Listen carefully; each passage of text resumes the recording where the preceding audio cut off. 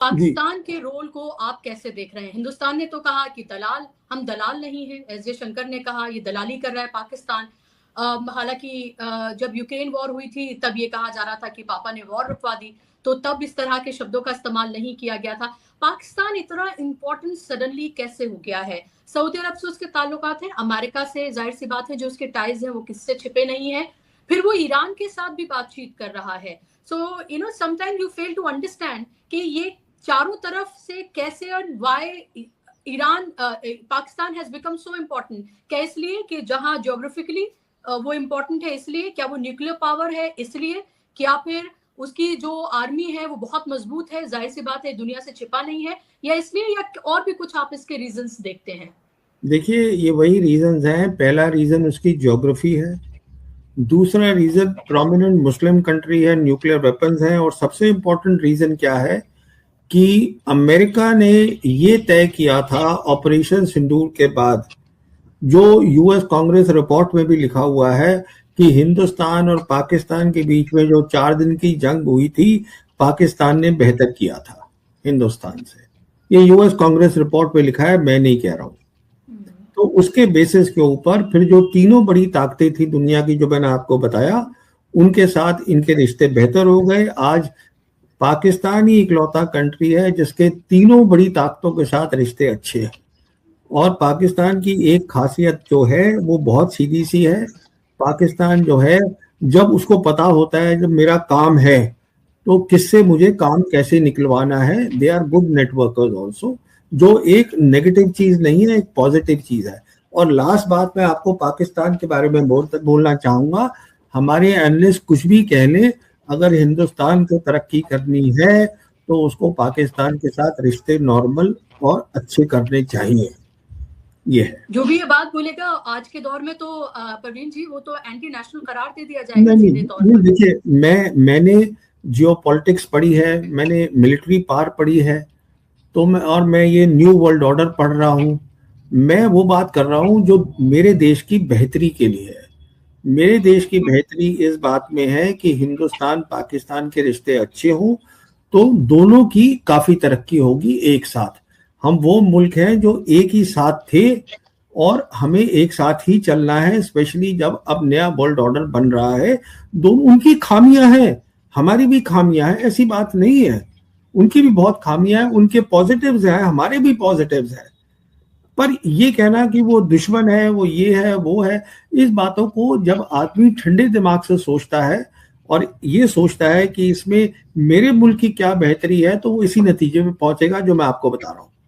जी, अगर आज ये कोई, आप तो इतना शायद हिम्मत कर पा रहे हैं और शायद आप बहुत अनकंफर्टेबल ट्रुथ है जो कह पा रहे हैं बहुत सहजता से, अदरवाइज तो आज के इस दौर में तो शायद कोई कह ना पाए, क्योंकि हर दूसरे इंसान को पाकिस्तानी और देशद्रोही होने का टैग लगा दिया जाएगा। और अगर ये हो जाएगा तो शायद बीजेपी की पूरी पॉलिटिक्स ही धराशायी हो जाएगी, क्योंकि हर दूसरे शख्स को, खासतौर मुसलमानों को, तो वो पाकिस्तान भेजने की बात ही कहते रहे हैं। 2 लास्ट क्वेश्चंस मेरे आपसे। एक तो ये कि लोग जब पाकिस्तान पिक्चर में आता है तो हमेशा लोगों का ये कहना है कि भाई वो धोखा दे सकता है, खासतौर पर जो मौजूदा वहां की सरकार है उसमें जो बैठे लोग हैं। उन्होंने इमरान खान के साथ जो किया, और वो जिस तरह से एक तरह से कहते हैं कि भाई बिल्कुल अमेरिका के पिट्ठू और गुलाम बने हुए हैं, और वो ईरान के साथ ऐसा कैसे कर सकते हैं। लोगों ने ये भी कहा कि हो सकता है कि जब बूट्स ऑन ग्राउंड हो तो पाकिस्तान का इस्तेमाल कर दिया जाए।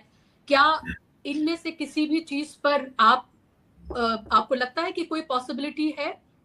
देखिए, ऐसा है कि हर मुल्क को अपना नेशनल इंटरेस्ट देखना चाहिए, और पाकिस्तान भी वही करता है, हिंदुस्तान को भी वही करना चाहिए। हिंदुस्तान का आज नेशनल इंटरेस्ट ये है कि आप जो है उसके अमेरिका के दुमछुल्ले मत बने।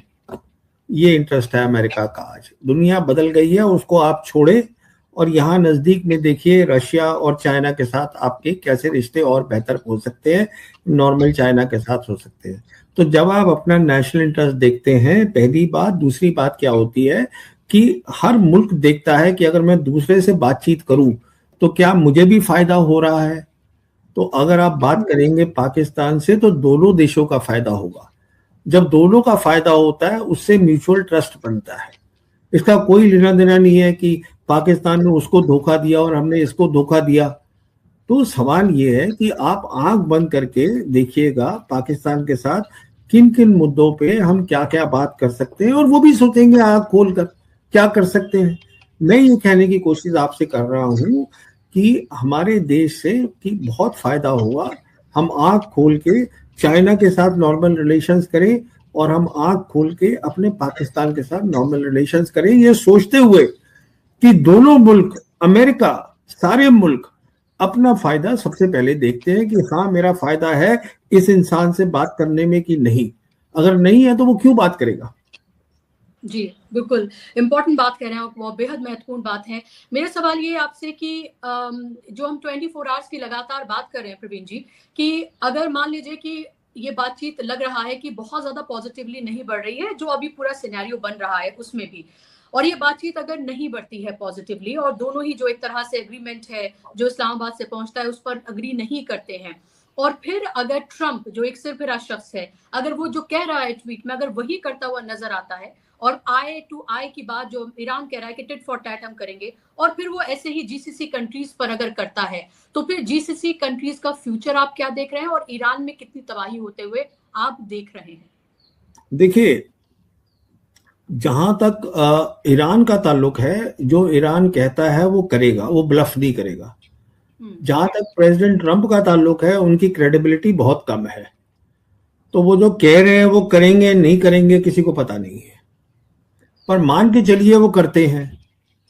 तो मैंने जैसे आपसे कहा कि जहां तक ईरान का ताल्लुक है, उनके लिए ये वॉर ऑफ सर्वाइवल है, और जहां तक दो बड़ी ताकतें जो उनके साथ खड़ी हैं उनका ताल्लुक है, वो ये देखेंगे कि ईरान नहीं हारेगा कभी। उनका उसमें इंटरेस्ट है, क्योंकि न्यू वर्ल्ड ऑर्डर बनाना है। जहां तक जीसीसी कंट्रीज का ताल्लुक है, अब वो वक्त आ गया है कि वो अपनी आंखें खोल लें, अपनी आंखें खोलें और देखें कि उनकी बेहतरी किसके साथ है, और वो उसी में अपनी बेहतरी को ढूंढे, तो सबके लिए अच्छा रहेगा। जी, अभी जो फिलहाल जो ईरान में जिस तरह से F-15 जो मार गिराया गया, और फिर कहा गया कि ब्लैक हॉक भेजे गए रेस्क्यू करने के लिए, अमेरिका का क्लेम कि पकड़ लिया, हमने रेस्क्यू कर लिया है, जिंदा बचा लिया है, ईरान का क्लेम कि वो झूठ बोल रहे हैं, इस सब में आप क्या देख रहे हैं? अगर प्रिजनर्स ऑफ वॉर बनाया गया है तो ईरान को सामने पेश करना चाहिए, अगर रेस्क्यू कर लिया गया है तो अमेरिका को पेश करना चाहिए, तो क्या इन दोनों में आपको लग रहा है कि वो जो पायलट्स थे वो मार गिराए गए हैं? देखिए, ये बातों में बहुत सारा, जब लड़ाई होती है तो फॉग ऑफ वॉर होता है, मिस इन्फॉर्मेशन होती है। जब तक कोई क्रेडिबल रिपोर्ट नहीं आए, आपको उस पर टिप्पणी नहीं करनी चाहिए, तो मैं इस पर टिप्पणी नहीं करूंगा इस बात पर। वेरी लास्ट क्वेश्चन, आप हिजबुल्ला और हुती के रोल को इसमें कहाँ देख रहे हैं? क्या आपको लग रहा है कि जो हिजबुल्ला को कहा गया था कि वो तबाह बर्बाद हो चुका है, क्या वो भी एक पावर के रूप में उभर रहा है, और हुतीज और हमास को भी क्या फिर से और पावरफुल होता हुआ देख रहे हैं? देखिए, हिजबुल्ला कभी भी पावरलेस नहीं था, ये भी एक डिसइंफॉर्मेशन कैंपेन चलती है। उसके पास ये क्लियर था कि करीबन 25 से 30 हजार उसके पास मिसाइल्स हैं, और अभी भी आप देखिएगा क्या हो रहा है कि उन्होंने काफी जो है तबाही करी है, जो असला है, टैंक्स है इजराइल के, उसकी करी है। और इजराइल जो भी अंदर से घुसने की कोशिश कर रहा है, सदर्न लेबनान में टेरिटरी लेने की कोशिश कर रहा है, तो ईरान जो है अब नॉर्थ इजराइल पे फायर कर रहा है, आप ये भी देखिएगा। तो कहने का मतलब ये है, ईरान के ये सब अंग हैं, ईरान से वो कोऑर्डिनेशन कर रहे हैं, और वही हालत हूथीज की है। जब बोलेंगे ईरानियंस हूथीज को आप रेड सी बंद कर दीजिए, वो बंद हो जाएगी। तो इसको आपको ये ताकत समझनी है, ये ईरान की ताकत है जो उन्होंने सोच समझ के बनाई है।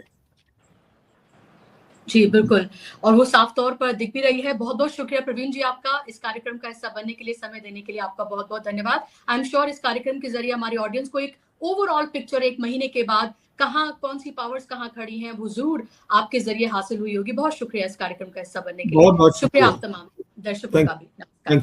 Thank you.